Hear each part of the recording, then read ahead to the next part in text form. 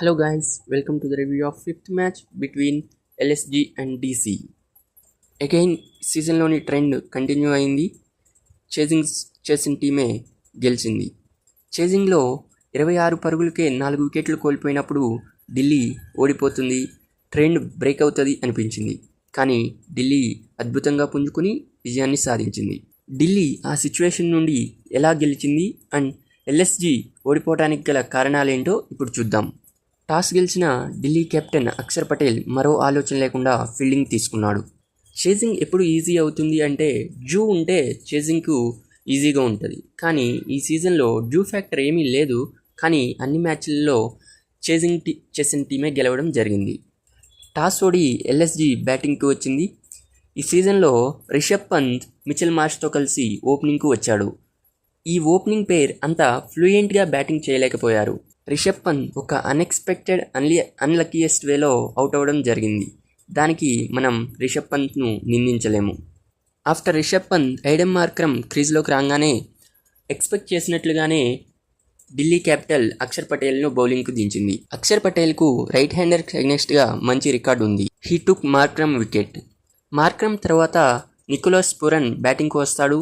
Right and left కాంబినేషన్తో DC బౌలర్లకు కష్టం అవుతుంది అనుకున్న టైంలో ఎల్ఎస్జి ఆయుష్ బదోనీని బ్యాటింగ్కి పంపించింది. మేబీ బాల్ ఓల్డ్ అయ్యాక సీమ్ మూమెంట్ తగ్గినప్పుడు పూరన్ ఎక్స్ప్లోజివ్ బ్యాటింగ్ చేస్తాడు అని ఆశించి ఉండొచ్చు.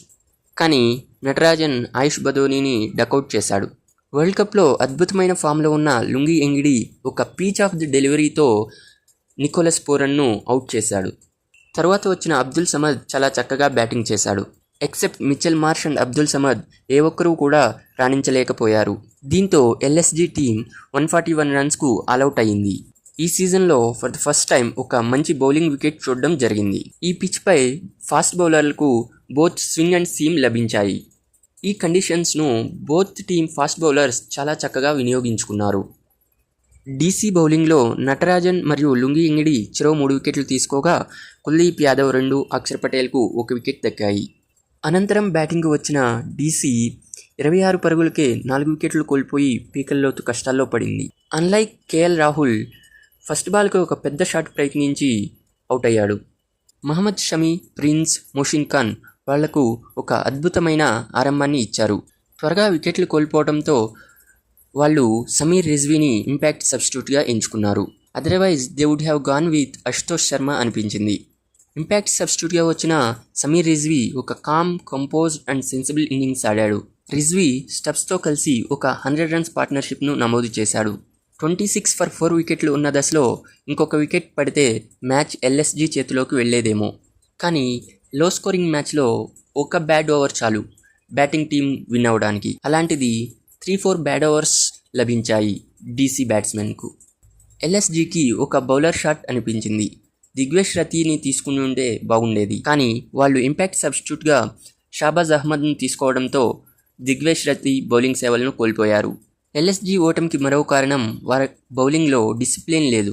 ఇలాంటి లో స్కోరింగ్ మ్యాచ్లో వాళ్ళ బౌలర్లు 20 రన్స్ ఎక్స్ట్రాస్ ఇచ్చారు. సో డీసీకి అదొక అడ్వాంటేజ్గా మారింది. నిన్నటితో ఈ సీజన్లో అన్ని టీంలు కూడా ఒక్కొక్క మ్యాచ్ కంప్లీట్ చేశాయి. ఫస్ట్ 4 ప్లేసెస్లో RR, RCB, DC, Mumbai Indians ఉన్నాయి. Rickelton orange cap holder and Jacob Duffy purple cap holder. Thank you for the watching. Please do like and subscribe for more videos.